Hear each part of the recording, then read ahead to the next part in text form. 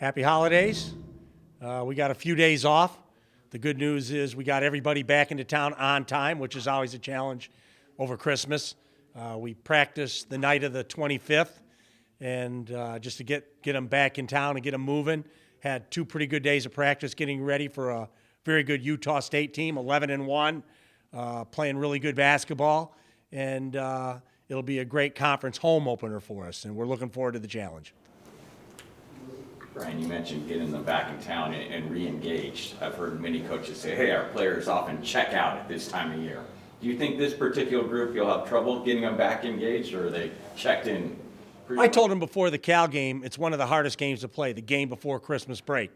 And I thought we came out and played a great game. They answered the call. They played really aggressive and maybe some of their best basketball.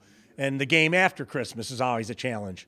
I remember coming back here and playing Brown a number of years ago and getting beat by 30 points the first game after Christmas.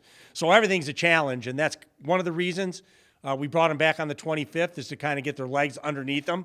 So I thought we did a good job with our prep. It's a challenge to go against something we haven't seen a lot of, another matchup zone team. And so we've had some concept and some thoughts that we've worked on for 2 days, and hopefully we'll be productive against it.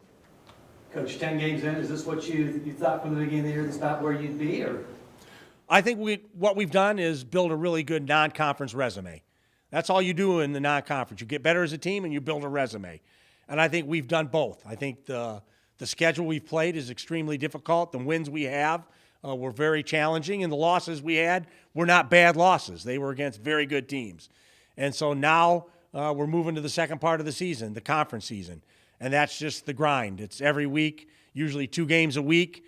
It's playing at altitude. It's getting ready for rivalry games, a competitive Mountain West, and now we got to see if we're ready to answer that challenge starting tomorrow against Utah State. What impressed you about Utah State with the way they bounced back at St. Mary's? Yeah, they played. UCSD was a tough home loss for them, but they played well. It's sometimes you play well in a loss. I just thought they missed a lot of layups that they usually make. And then obviously Magai from UCSD hit some really important threes. So all these college basketball games are tough and hard fought. And so sometimes you can't get too discouraged if you lose one of them. And that's what they didn't do. They didn't let St. Mary or UCSD cost them the St. Mary's game. And they came out and played really well against St. Mary's, a tough environment on the road, and came away the win. So they'll be at their best against us tomorrow. You were picked 4th in the conference. Do you feel like after what you did in the non-conference and the resume you put together, the wins you put together, you now are the team to beat in this conference?